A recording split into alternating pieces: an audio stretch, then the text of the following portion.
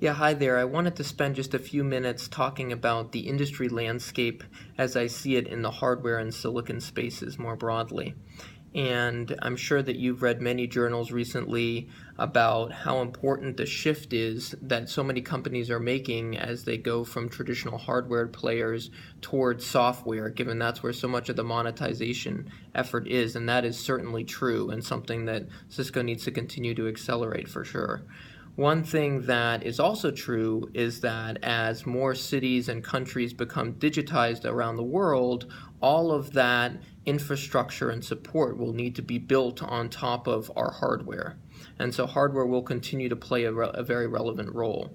But some of the trends that we're seeing, one of them is wide-scale convergence in technologies, in our architectures, in our product families. And a lot of that is being driven by the continuous operating expense or OpEx pressures that we see, particularly in hardware. And so that is driving a lot of more unification of products and architectures, and that will help Cisco also to reduce its complexity, another key important goal that we all have. Another dynamic we see is that the nature of the competitors in the hardware and silicon spaces is changing pretty significantly. And we're seeing lots of new entrants come into the market, which is really squeezing the market.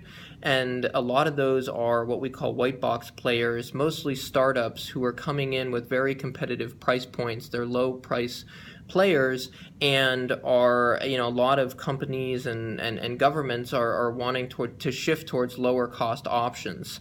And so that's a very real challenge that we face at Cisco. And you also see companies like Facebook and Apple and others who are starting to build their own data centers and invest in their own hardware because they don't want to continue to pay a premium by having to pay for Cisco's hardware. And silicon is an example.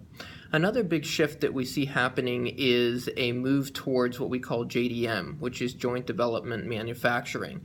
And that's where instead of designing all of our hardware products in-house, we're going to continue to shift some of that work in some of our product families to joint manufacturers. Most of them are in China, and they'll do a lot of the early product design for us. And what that allows us to do is increase the capacity within hardware, so that we can free up those resources to work on potentially higher impact things. But the idea is you're trying to free up that capacity in the supply chain.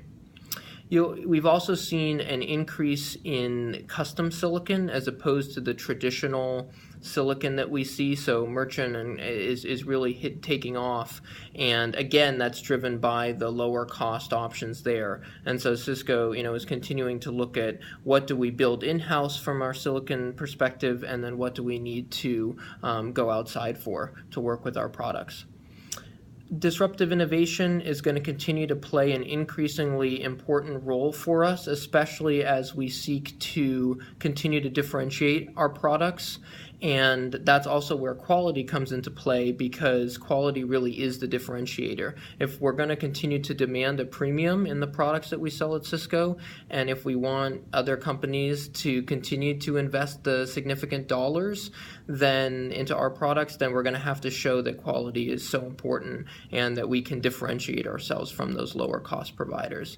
And the last one I'll note, which ties into this, is all of the geopolitical or macroeconomic uncertainty, particularly in the industrialized world. We heard Jen talk a little while ago about the Brexit scenario, but that's true not only for the UK, it's true of Europe, it's true of the US. So many industrialized worlds of the industrialized world are seeing growth in the 0 to 2% range. And so much of the future growth is going to come from the developing world.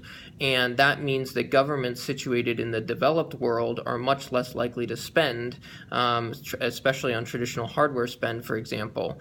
And that's going to be a challenge we have to continue to face. And and that's why, again, trying to monetize our software and find new business models and new growth options is going to be so critical for our success in networking at Cisco. So hope that was useful, and we'll talk soon. Bye.